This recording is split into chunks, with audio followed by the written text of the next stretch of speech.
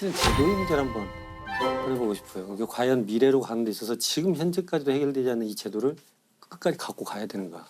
이것은 우리가 선결해야 될 것이 있지 않나. 이런 생각에서 실은 법의학으로 좀 고민을 했어요. 네.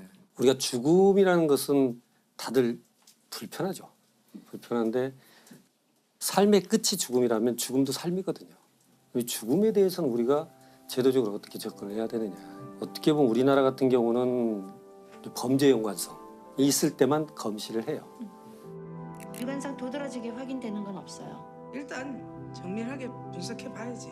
뭐 예상대로 장기부터 다 들어갔다. 그러나 이제 그 안에 사고랄지 뭐 이런 여타의 자연사나 이런 것은 누구도 관심을 안 갖고 있죠. 그러니까 실은 통계적으로 보면 우리가 한 22만 명, 23만 명 정도가 1년에 사망을 해요, 우리나라에서.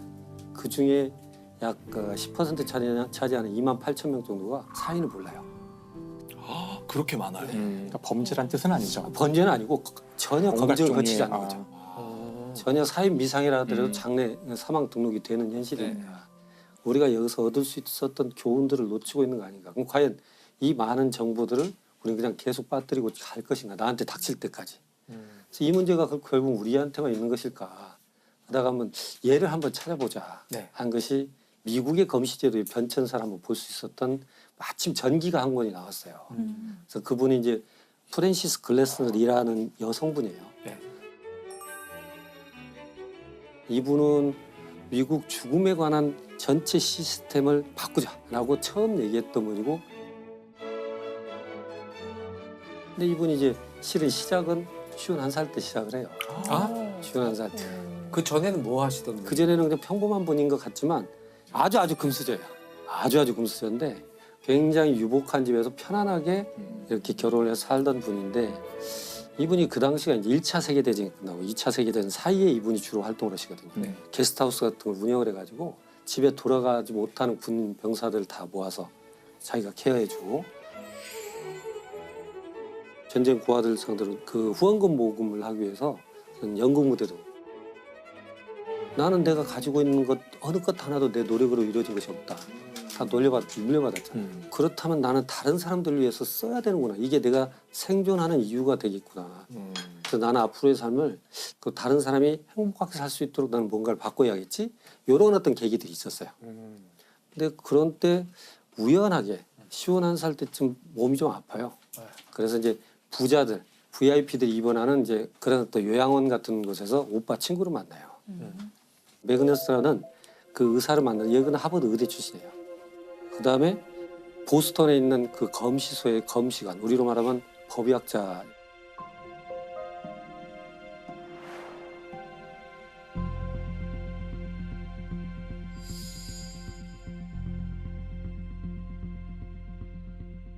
원래는 검시관이라는 제도는 코로나가 그래요. 코로나가 이제 크라운 왕관 있죠. 네. 이 크라운에 변형된 말이 코로나예요. 네. 왕실에 귀속된 재산을 관리하는 사람이에요. 또는 누가 사망하거나 살인하면 임자 없는 재산을 왕실로 귀속시키기도 하고. 이제 영국에서는 그런 사람들이 판사 역할을 했죠. 검시 판사 역할을. 근데 미국으로 오니까 미국은 워낙 인적 인프라가 적잖아요. 그러니까 코로나 제도는 들어왔는데 임명할 사람이 없으니까 그냥 일반인을 임명을 해요. 그러니까 일반인이고 농부가 하기도 하고 장례업자가 하기도 하고. 근데 이 사람은 일반인이잖아요. 중요한 건 법적 권한을 갖고 있죠.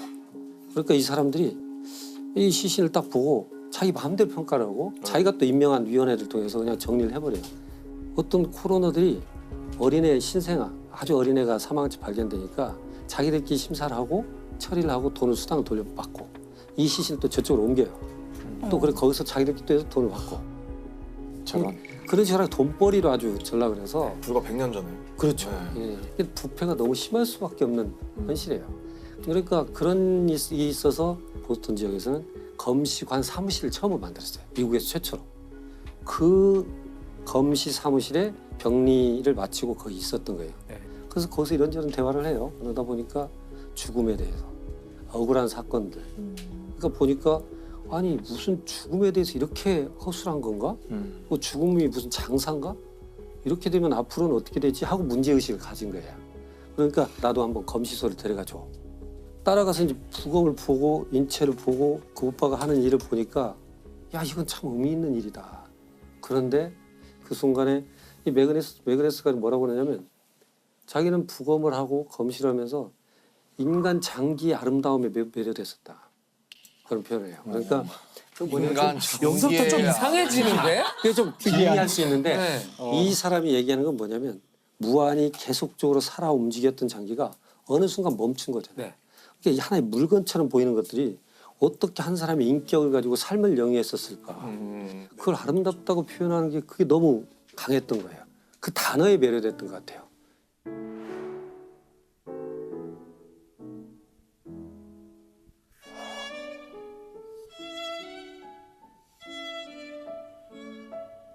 근데 아름답다는 그 표현이 언제나 감동을 주는 것 같긴 해요. 네. 제가 종종 이제 강의를 하다가도 야, 이 수식이 얼마나 아름답냐. 근데 이건 진짜로 하는 얘기거든요. 네. 그렇죠. 대칭성이나 더 이상 넣고 뺄 수 없다는 완결성 때문에 볼 때마다 아름답다는 생각이 드는데 이건 뭐 어떤 음악이 아름답다거나 어떤 그림이 멋있다 못해 아름답다거나 그 글도 단어 외에는 쓸 방법이 그렇죠. 그러니까 형용하기 사실 어려운. 네. 아까 좀 기이하게 들리긴 했지만 그, 전 무슨 말인지는 알 것 그 같아요. 표현이 네. 주는 어떤 무게가 있어요. 네, 네. 그런 것 같아요.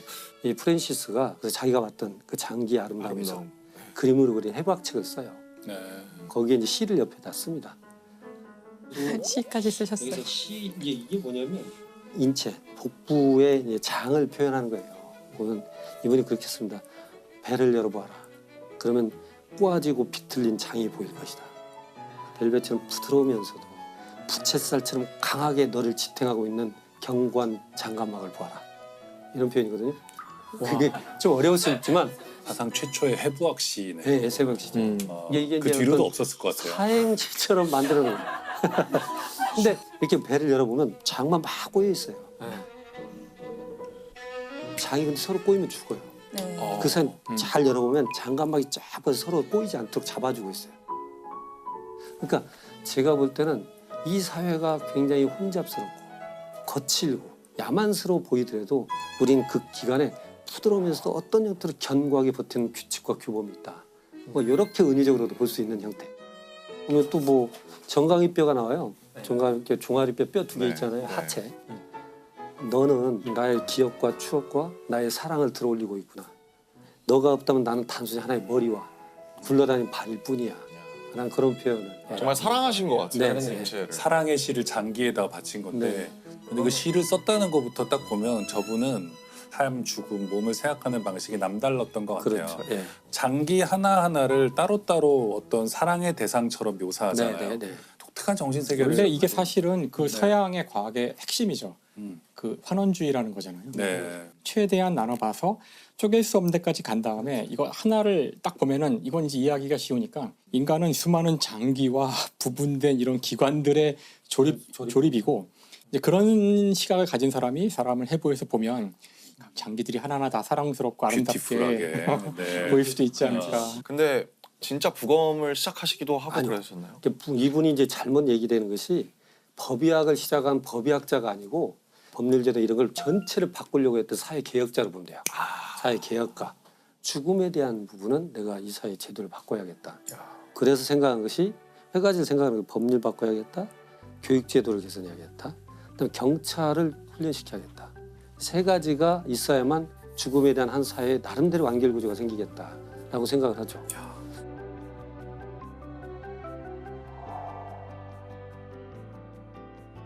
법률 제도를 바꿔야겠고 전문 검시관 제도를 들여와서 법의관 제도를 코로나라는 일반인이 보지 않도록 그렇게 죽음을 전문가가 볼 수 있도록 해야 되겠고 근데 문제는 뭐냐면 이게 아까 말씀드린 대로 이권이 개입돼 있잖아요.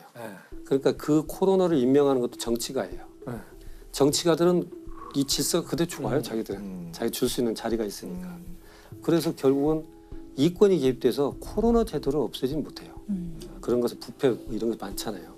플랜 B로 가져온 것은 뭐냐면 검시해야 될 대상을 정하자. 그럼 그 대상에 해당되면 수사기관이 결정할 게 아니고 당연히 검시를 하는 걸로 하자. 국가가 대신 검시해서 사실관계는 파악해야 될 필요가 있다. 이렇게 이제 바꾸는 거죠. 그래서 지금 우리가 말하는 게 CSI가 그런 데예요. 그 CSI 수사대는 그런 식으로 해서 시작된 거거든요. 제도는 내가 정치인들 만나서 어떻게든 바꿔보려고 노력을 하는데 교육 재료가 없는 거예요. 그러니까 결국은 프랜시스가 왜 그랬어? 그러면 어떻게 했으면 좋겠느냐 그랬더니 나의 자료를 가지고 이런 검시관 제도를 만들고 이 전문 법의관을 좀 많이 키워내는 걸 만들고 싶다. 교육을 하고 거기에 싶다. 함께 하겠다라고 이렇게 그렇죠. 네. 하게 된 예. 거군요. 그래서 돈이 많다고 그랬잖아요. 영향력도 있고. 본인이 해야겠다. 중요한. 그래서 네. 하버드 학장을 만나러 갑니다. 아, 하버드 학장을 만나러 가고 내가 돈을 이렇게 낼 때 지정기탁이죠. 이분의 강의실을 이렇게 만들고 이분의 사무실, 실험실, 도서관 이걸 만들어주면 내가 돈 얼마 되겠다. 그러니까 그 당시 돈으로 25만 달러니까. 이야. 1929년 30년에 25만 달러면 엄청난 겁니다. 베그레스는 사망하고 그 뒤로 후임자를 병리 전문의를 가진 사람을 뽑아야 하버드에서 병리를 마치고 법의학 수련을 하려면 다시 수련 생활을 해야 되잖아요. 전문의가. 네. 월급이 적죠. 네. 이 보조의 월급을 주겠다. 음. 그래서 키워요. 그렇게. 근데 그 순순히 개인적으로 했었던 거예요. 그래 교육제도는 그렇게 사람도 고용하고 월급도 주고 다 해보는데 문제는 일선의 경찰관들이 문제예요. 이게 제가 이제 오늘 장항준 감독님께 제가 감사하다는 말씀을 드리고 싶은 게 실은 그러니까 아까 저한테 감사하다 그랬었는데 너 내 지갑에 손을 대셨나? 후원자로. 이제 제가 이제 장 감독님 말씀을 할 수밖에 없는 게 뭐냐면 그러니까 그 당시만 해도 지문이 있는 것도 아니고 무슨 네. 막 과학 수사가 없으니까 너무나 중구난방이고 과학 수사의 필요성 자체를 몰라요. 누가 사망한지 발견되면 누굴 데려다가 강압 수사를 많이 했어요 미국에서도. 그래서 경찰은 무지랭이고 바보고 강압적이고. 그래서 이 경찰에 대한 것 교육을 해야겠다는 것이 1920년에 생각한 거예요. 문제는 어디서 나오냐면 현장도 가지도 못하고 현장이 흐트러져 버렸고 자료 사진만 있으니 그 상황을 어떻게 설명할 길이 없어서 답답할 때가 많고 어떻게 했으면 좋겠느냐 그랬더니 실은 이 사람이 워낙 부자여가지고 시카고 그 오케스트라 단원들이 와서 그냥 파티를 할 정도예요. 100명 정도 늘상. 근데 어머니가 거동이 불편하니까 오페라 단을 미니어처로 만들어요 본인이. 그 수십 명을 다 악기까지 만들어서 악기 소리가 날 정도까지 미니어처인데 그걸 했던 디오라마라고 하는데 미니어처인데 너무나 정교하죠. 그렇게 했는데 내가 한번 만들어 볼까? 그래서 사건을 재구성을 합니다.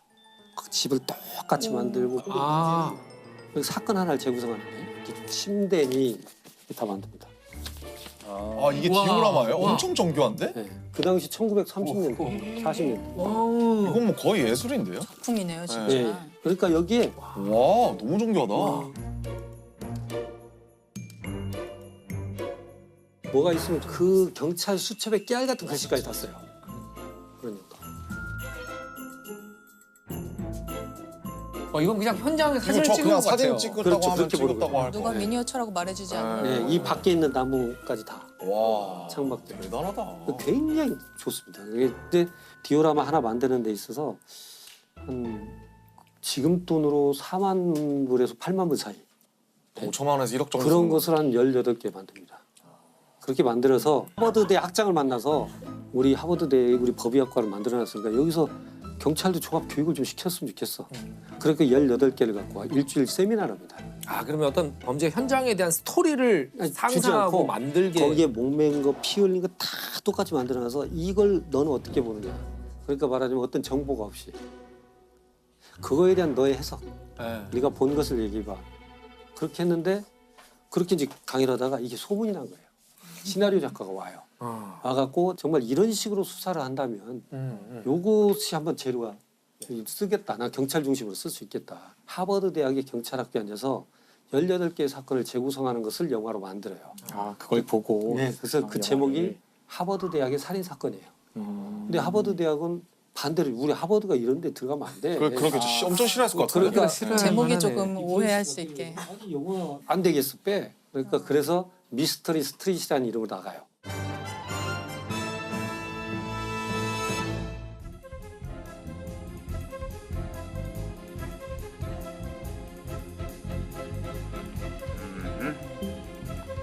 Length and width, all right. With less pronounced muscular attachments. 최초의 영화가 나가서 그게 아카데미 각본상 후보까지 올라가요. 아, 미스터리. 그렇게 해서 이것이 동기가 돼서 그렇게 이어진 게 CSI예요. 수천 페이지짜리 논문을 발표하는 것보다 의협이나 변호사들 많고 수백 번의 강의를 하는 것보다 한 편의 영화가 대중의 인식을 높이는데 더 큰 효과를 발휘하더라. 한 편의 영화가 우리나라 같은 경우는 최초가 우리 사인이라는 드라마예요. 드디어 기다리던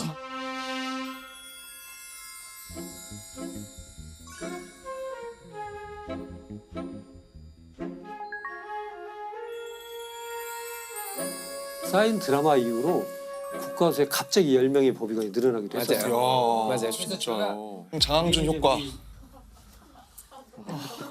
오늘 회식하죠. 제가 이제 실은 공국진 선생님이 이렇게 저희 법의학의 태두시거든요. 평생을 혼자 싸우셨거든요. 1955년부터 시작해서 지금까지 걸어서 책을 그 수만 60권 넘게 쓰시면 그 돈을 다 법의학회에다 내세요. 아이고.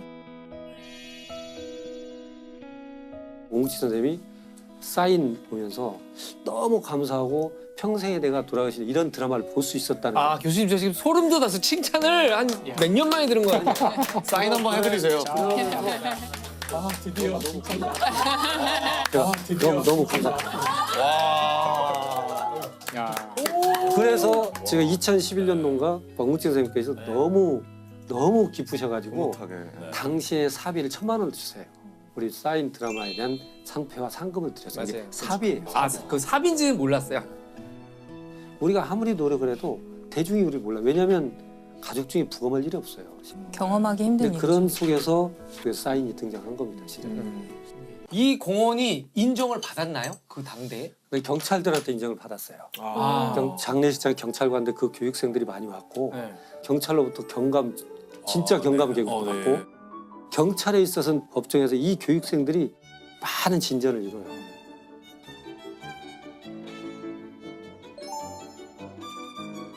프랜시스를 보면서 정말 남부러울 것 없이 살았던 이 일반인이 한순간에 느낄 정도의 문제점인데